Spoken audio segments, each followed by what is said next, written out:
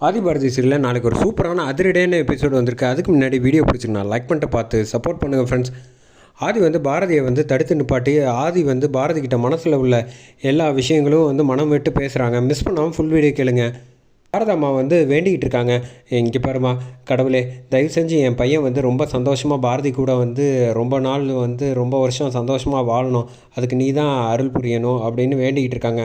அந்த சமயத்தில் காரை எடுத்துகிட்டு வேகமாக ஆதி கிளம்பி போயிட்டு பாரதி ரோட்டில் தமிழை கையை பிடிச்சி அழைச்சிட்டு வந்துட்டுருக்காங்க. அந்த சமயம் தான் ஃப்ளாஷ்பேக்கில் ஒரு செகண்ட் நினச்சி பார்க்குறாங்க.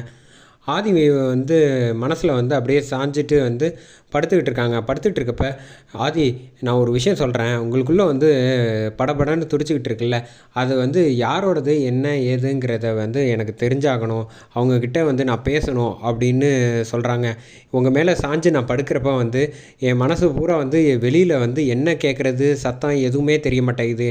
எனக்கு ரொம்ப சந்தோஷமாக இருக்குது, கண் கலங்குற மாதிரியே இருக்குது. அதனால் அவங்கள நேரில் பார்த்து நான் நன்றி சொல்லணும். உங்களை எனக்கு நல்லபடியாக கொடுத்ததுக்கான காரணம் எப்படியாவது ஃபோன் நம்பராவது கண்டுபிடிச்சிங்கன்னு வச்சுக்கோங்களேன் ஆதி, நான் தேங்க்ஸ் சொல்லி ஆகணும் அப்படின்னு சொன்னோன்னே ஆதி எதுவும் பேச முடியாமல் பாரதி கிட்ட தடுமாறிக்கிட்டு இருக்காங்க. அந்த விஷயம் எல்லாம் ரோட்டில் இப்போ நடந்து வந்துட்டு இருக்கப்போ அப்போ பிளான் பண்ணி எந்த விஷயமும் முன்னாடியே தெரிஞ்சிருந்து என்கிட்ட தெரியக்கூடாதுங்கிறதுக்காக மறைச்சிருக்காப்புல ஆதிங்கிறது இந்த விஷயத்துலேருந்தே தெரியுது அப்படின்னு புரிஞ்சுக்கிறாங்க. இந்த பக்கம் தமிழ் நடக்க முடியலம்மா, எவ்வளோ தூரமாக நடக்க வைப்ப, எனக்கு காலெல்லாம் வலிக்குது அப்படின்னு சொன்னோன்னே, இல்லைப்பா பரவாயில்ல, கொஞ்ச நேரம் நான் வேணால் மடியில் தூக்கி வச்சுட்டு நடந்துக்கிட்டு வரட்டா அப்படின்னு சொல்கிறப்ப, போமா, எதுக்காகம்மா இந்த ஊரை விட்டு போகணுன்னு நினைக்கிறேன், நீ ஏமா எப்போ பார்த்தாலும் இப்படி திடீர்னு கோவப்படுற, இங்கே தான் ஆதி அப்பாவும் இருக்காங்க பாட்டியும் இருக்காங்கல்ல, அதை விட்டுட்டு நீ நம்ம வேறு ஊருக்கு போய் என்ன பண்ண போகிறோம் அப்படின்னு சொல்கிறப்ப, இனிமேல் உனக்கு நான் மட்டும்தான் இருக்கேன், இனிமேல் நீ ஆதி அப்பாவும் கிடையாது, அதே மாதிரி பாட்டி சாரதாம்மாவும் கிடையாது அப்படின்னோடனே, ஏமா இப்படி சொல்கிற அப்படின்னோடனே, அவங்க தான் இந்த மாதிரி நம்ம வாசு அப்பாவை இந்த மாதிரி பண்ணாங்க அப்படின்னு சொன்னோன்னே, அப்படியா, ஏமா இப்படி பண்ணாங்கன்னு தமிழ் பாப்பா அழ ஆரம்பிச்சிடுறாங்க. எனக்கு அவங்கள பார்த்தாலே பிடிக்கல, பயமாக இருக்குது அப்படின்னு சொல்ல ஆரம்பிச்சிடுறாங்க. நீ ஒன்றும் கவலைப்படாத அப்படின்னு சொல்லிட்டு மறுபடியும் அழைச்சிட்டு போகலான்ட்டு நடந்து போயிட்டுருக்காங்க. அந்த சமயத்தில் அறிவு ஃபோன் பண்ணி சொல்கிறாங்க, இந்த மாதிரி எல்லாருக்கும் பாரதி யார் என்ன ஏதுன்னு ஃபோட்டோ எல்லாத்தையும் வாட்ஸ்அப்பில் அனுப்பி விட்றாங்க. அனுப்பி விட்டுட்டு யார் என்ன ஃபஸ்ட்டு முடித்தாலும் அவங்களுக்கு கேஷ் 3 மடங்கு தரப்படும் அப்படின்னு அறிவு சொல்லிகிட்டு இருக்காங்க. அதே சமயத்தில் இந்த பக்கம் ஆதிக்கு பாரதி எங்கே இருக்கான்னு தெரியாமல் ஒவ்வொரு இடமா தேடிக்கிட்டு இருக்கப்போ கரெக்டாக லதா ஃபோன் பண்ணி பாரதி கிட்ட பேசுகிறாங்க. இங்கே பாரு, எங்கே இருக்க, காலையிலேருந்து நீ சாப்பிட்டியா இல்லையான்னு கூட தெரில, நீயும் தமிழும் மரியாதையாக வீட்டுக்கு வர்ற வழியை பாரு அப்படின்னோடனே, இல்லை நான் வர முடியாது அப்படின்னு அதிரடியாக சொல்லிடுறாங்க. ஏன் இப்படி தப்பாக முடிவு எடுக்கிற அப்படின்னு, ஆதி ரொம்ப நல்லவர் அப்படின்னோடனே, ஒன்றை சொல்லி தப்புக்கு இல்லை, அதை நானே ஆதி ரொம்ப நல்லவன்னு நம்பியிருந்தேன்ல, அதனால தான் என் வாழ்க்கையை நான் கொடுத்தேன், கடைசியில் அவன் எவ்வளோ பெரிய ஏமாத்துக்காரன்னு எனக்கு இப்போ தான் தெரிஞ்சு, என்ன சொல்கிறேங்கிறப்ப நடந்த விஷயம் எல்லாத்தையும் வாசுக்கு காரணம் ஆதியும் சாரதாவும்னு சொன்னோன்னே, எனக்கு நம்பிக்கை இல்லை அப்படின்னு சொல்லி, பரவாயில்ல உங்ககிட்ட பேசணுன்னு கடைசியாக எனக்கு அடைக்கலம் கொடுத்தல, அதுக்காக ரொம்ப நன்றி அப்படின்னு சொல்லி ஃபோனை சிம் கார்டை உடச்சி தூக்கி போட்டுடுறாங்க. இந்த பக்கம் மறுபடியும் ஃபோன் பண்ணி பார்க்குறாங்க, சுவிட்ச் ஆஃப்னோடனே லதா ஃபோன் பண்ணி பாரதி ஊரை விட்டு போகிறான்னு ஆதிக்கிட்ட சொல்லி, எப்படியாவது தேடி கண்டுபிடிச்சிருங்க, அவளை விட்டுறாதீங்க அப்படின்னு சொல்கிறப்ப ஆதி சொல்கிறாங்க செம எமோஷ்னலாக, பாரதி இல்லைன்னா நான் இல்லை லதா, என்னோட மனசே அவள் தான், அவளை நான் தேடி கண்டுபிடிக்காமல் விட மாட்டேன், நீ தைரியமாக இரு அப்படின்னு சொல்லிட்டு ஆதி இங்கே ஒவ்வொரு பஸ் ஸ்டாண்டாக தேட ஆரம்பிச்சிடுறாங்க. இந்த பக்கம் பாரதி கரெக்டாக ஒரு டீ கடையில் அட்ரஸ் வாங்கி கார் ஏதாவது வருதான்னு கேட்குறப்போ கரெக்டாக அறிவு அனுப்புனது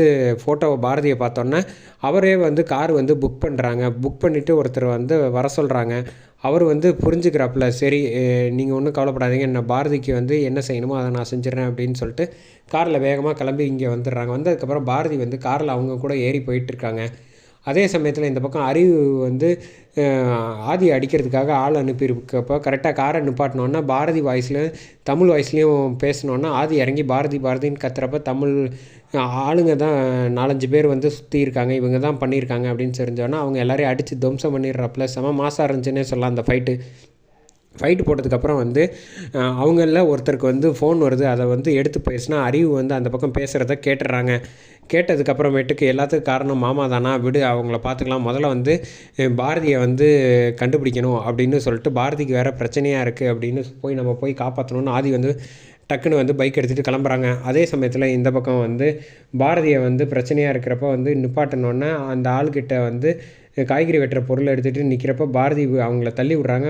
அந்த சமயத்தில் மறுபடியும் எந்திரிச்சு அந்த ஆள் ரவுடி வந்து அடிக்க வர்றப்ப பாரதியை ஆதி வந்து மாசா வந்து அடித்து அவரை துரத்தி விட்டுட்டு காப்பாற்றிடுறாங்க. காப்பாற்றினதுக்கப்புறமேட்டுக்கு பாரதி கிட்ட வந்து மனசு விட்டு வந்து பேசுகிறாங்க. பாரதி, நீங்கள் வந்து கோவப்படுறது எல்லாமே நியாயம். உங்கள் இடத்துல நான் இருந்தாலும் இதைத்தான் நான் செஞ்சுருப்பேன். ஆனால் ஒரு விஷயம், எனக்கு எந்த விஷயமும் தெரியாது, அதை என்னை முதல்ல நம்புங்க அப்படின்னு சொன்னால், இப்படி போய் பேசி நம்பி தான் உன்னை வந்து நான் வந்து உங்ககிட்ட வந்து என் வாழ்க்கையே வந்து ஏமாந்துட்டேன். தயவு செஞ்சு என் மூஞ்சியில் முழிக்காத அப்படின்னு பாரதி சொல்கிறப்ப, ஒரு நிமிஷம் நில்லுங்க பாரதி, நான் கொஞ்சம் பேசுகிறத கேளு. உன் சைடு வந்து இருக்கிற நியாயத்தை நீ சொல்கிறல்ல, அதே மாதிரி நான் சொல்கிறதையும் புரிஞ்சுக்க.